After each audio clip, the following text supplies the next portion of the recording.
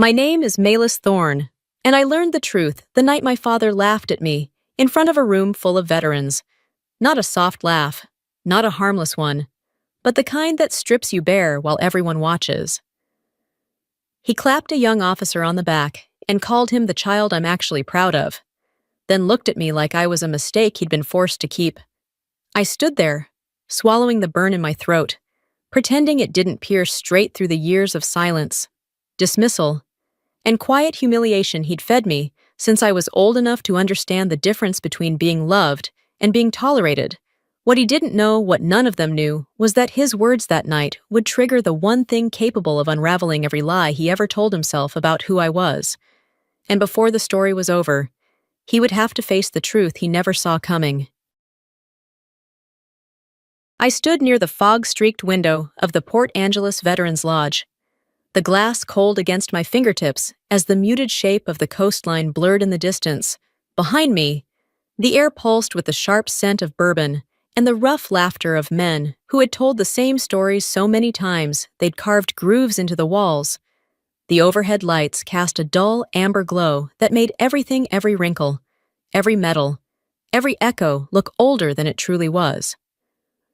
My father held court in the center of the room, exactly where he had always positioned himself, his old unit gathered around him in a loose circle, nodding along as if they hadn't heard the same tales 100 times before. I stayed several paces back, caught in that strange distance where you can hear every syllable yet remain invisible enough that no one bothers asking why you don't blend in. A silver-haired man gestured toward me. My father angled his head, a breathy chuckle slipping out as if on cue. And then came that familiar thread of a story, how I had once chosen a path he never approved of, how I had stepped away from the trajectory he believed was carved into my bones. I didn't need to hear the details. I had lived inside the shadow of that disappointment for years. Tonight, though, he had a prized audience. Lieutenant Reed stood beside him, polite, steady, the kind of young officer people instantly gravitated toward. My father praised him with a warmth I had never seen directed at me, calling him a rare cut of soldier in a fading generation. Reed accepted it with a respectful smile.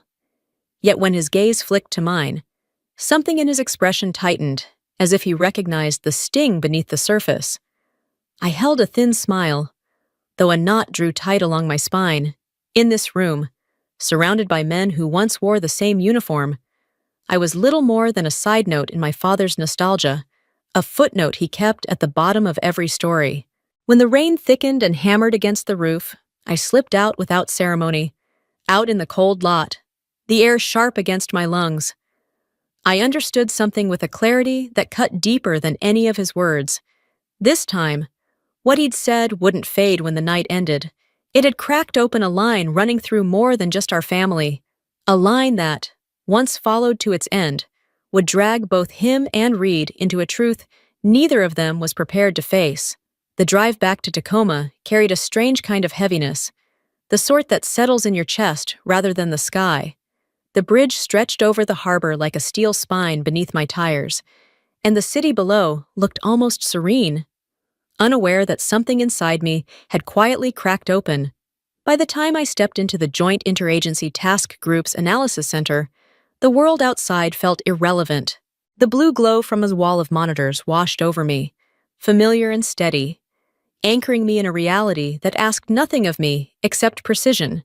Here, I wasn't shadowed by anyone's expectations. I wasn't compared, diminished, or dismissed.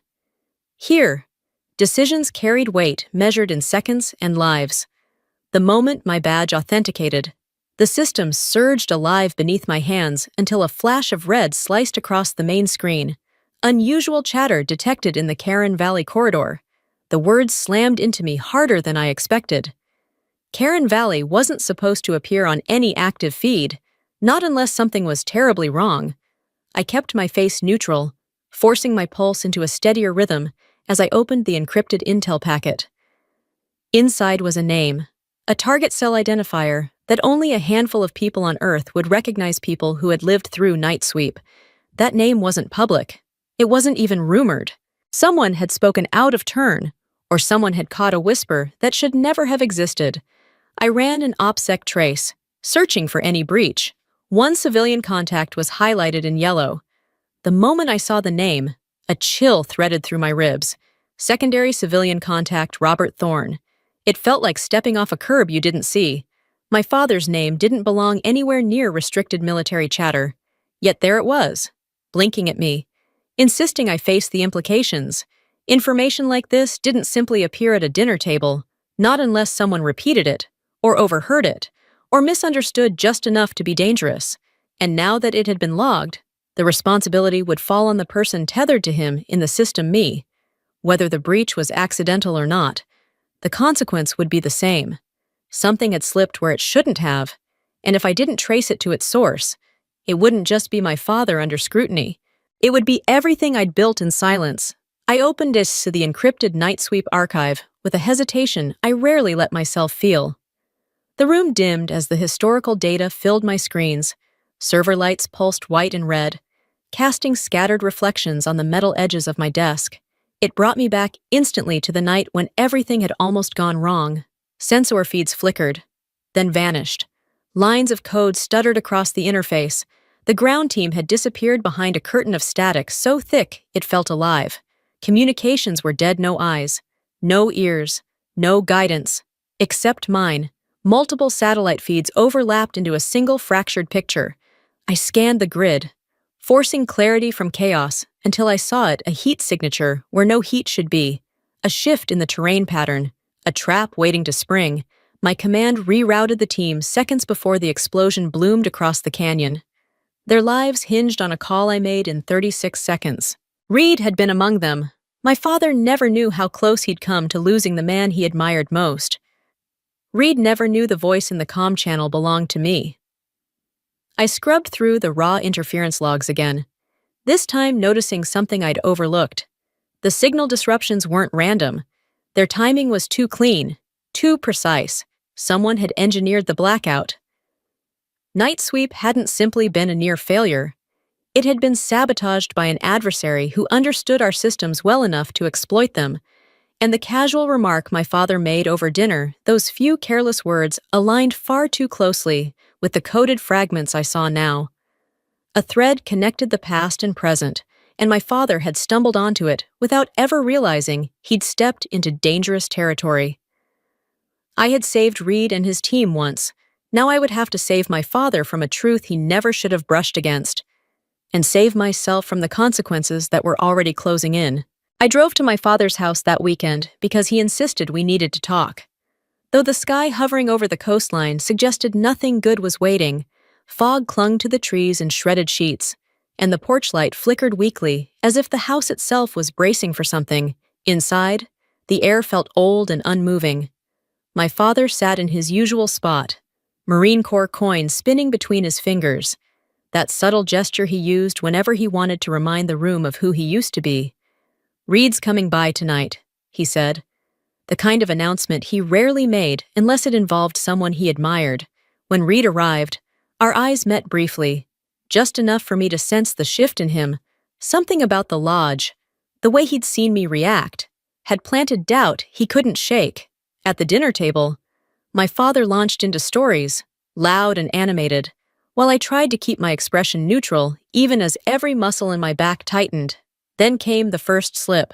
He mentioned a certain valley corridor, stumbling over the name but close enough that it froze both me and Reed. That phrase wasn't his to say. It belonged to a place that lived far from civilian conversation. I asked quietly where he'd heard it. He laughed, waving a hand toward some nameless group at the lodge, repeating the phrase again, each repetition striking harder. Reed paled as if something buried in his memory had suddenly clawed upward. My father didn't notice, or didn't care. A vibration hit my phone.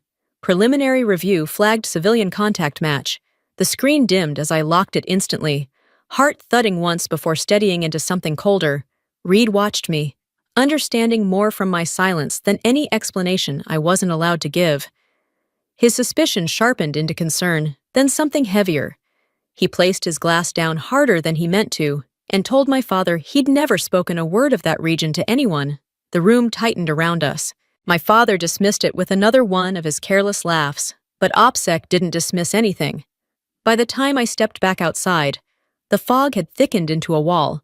Through the rear window, I saw him still sitting in the dim light, coins spinning endlessly, unaware he'd crossed a line I'd spent years keeping him away from, a line that now had my name written beside his.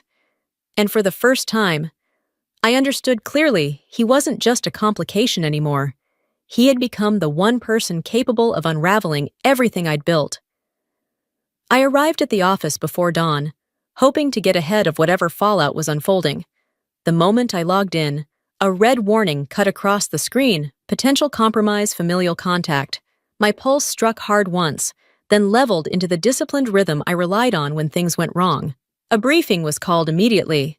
The data map on the wall showed flagged conversation trails originating from the Veterans Lodge. Someone there had stirred the dust around night sweep. My father didn't have to be the source to be part of the problem. His proximity was enough. I kept my voice even as I explained I couldn't control the chatter of strangers. A senior officer countered that the issue wasn't strangers, it was my direct civilian tie. The comment hit colder than the conference room air. Then a new report streamed in from Karan Valley. Enemy chatter suggests knowledge of prior operation. It aligned far too closely with the night my father repeated that phrase. If the system connected those points, the investigation would start with me. My phone buzzed. "Reed, we need talk." We met in the parking lot outside the intelligence wing. The early light cast long shadows across the concrete, and Reed stood in the middle of them, shoulders tense.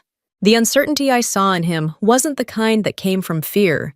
It was the kind born from realizing you might have been wrong about a person for a very long time. He told me I reacted like someone who knew exactly why that phrase mattered. I answered carefully, choosing words that stayed within the boundaries I couldn't cross. But Reed wasn't asking for protocol. He was searching for truth. He stepped closer, voice low, asking if I had been there, if I had been the one who redirected them out of danger. Before I could respond, a military truck rolled past, headlights flashing over his face. In that brief light, I saw everything change: recognition, memory, and conviction snapping together. He didn't have confirmation, but he had enough. I gripped the strap of my jacket, steadying myself, and told him softly he shouldn't ask that. For a soldier like him, it was an answer. I walked away without looking back, the cold Tacoma wind sweeping over me. If I had turned toward him, if I had let myself see the understanding in his eyes, I might have said the words that were never mine to speak. Instead, I kept walking. Some truths had to stay sealed, and the choice looming ahead now stretched far beyond him, because for the first time, my father's mistake wasn't just an irritation, it was a threat. After the confrontation with Reed, returning to the intelligence wing felt like walking into a corridor where every light flickered a second too long. No one followed me, but the truth I'd buried for years had loosened, drifting close enough that I could almost feel it breathing behind me. The internal review still glared from my monitor, and the same line pulsed like a heartbeat. Potential compromise, familial contact. My father's slip had shoved me into a position I'd avoided my entire career. One misplaced phrase, said in the wrong room, and suddenly every protocol pointed in my direction. I steadied my breathing and made the decision I'd been circling since the moment he repeated that corridor name. Oti. If he wanted to speak as though he understood my world, then he would step into it. Ravenhall would show him the truth with the weight of rank he always worshipped. When I entered his and Reed's names into the clearance request, the system froze. A secondary justification was required, rare, which meant oversight was already tightening around me. A coworker noticed the delay and asked what was happening with my civilian contact. I kept my answer vague. Someone had overheard something they shouldn't have. He didn't ask more. Later, Reed called. His voice was steady, grounded in the kind of resolve that comes from facing death and surviving. He told me he knew his name was added, and he intended to be there. I warned him he needed to be ready. He said he already was. Then came the directive from command. I was to stand with leadership during the night sweep segment. The general didn't explain, but his look told me he understood exactly what storm was building. When I finally sent my father the invitation, he immediately assumed it was for Reed's recognition. His excitement crackled through the phone. I let him believe it. That night, a local signal report popped up on my screen, chatter at the Veterans Lodge about a special military briefing. My father had bragged again. There was no undoing it now. The only way to stop the story from spiraling was to bring him to the source of the truth. 3 days later, fog blanketed the base as I drove into the underground entrance of Raven Hall. The steel walls absorbed sound, swallowing everything except the weight of what was coming. This place didn't bend to nostalgia. It recognized only fact. Inside, Reed stood in his dress uniform, studying me with a focus that cut deeper than words. When he saw the insignia on my shoulder, realization settled into his expression. Not shock, but confirmation. I nodded once. He stepped aside in respect. My father arrived moments later, cheerful, waving as if he'd come to a casual ceremony. He introduced me to a stranger as someone working logistics. I directed him to the front row without correcting him. At the ID checkpoint, the scanner stalled 2 full seconds before approving him enough to show he'd been flagged. He didn't notice. Reed did. He shot me a questioning look. I told him to keep moving. A senior officer leaned close as we approached the briefing hall and murmured that today would change more than he could say. And when the lights dimmed and the first slide appeared, Night Sweep Declassified Internal Review. Reed froze. His eyes shifted from the screen to me. He understood. And I knew there was no turning back. The lights in Raven Hall sank until the room felt wrapped in chilled steel. I stood among the officers, steady but aware that the ground beneath me was shifting. Not from fear. Fear had burned out years ago, but from the weight of everything I had kept hidden rising all at once. Unstoppable now. The coordinator announced the start of the Night Sweep review. Reed's shoulders tightened. My father leaned forward, convinced the moment belonged to someone else entirely. The first slide flashed Koran Valley. Reed flinched. I heard the sharp pull of his breath, even from where I stood. The briefing moved to the explanation of the engineered interference, of the unit that had been seconds from annihilation. Then the waveform appeared. A filtered female voice filled the hall, issuing the exact command that had saved them. Reed shot upright, not in salute but in instinct, like his body recognized the voice before his mind did. He turned toward me, eyes wide with the truth he'd sensed but never spoken.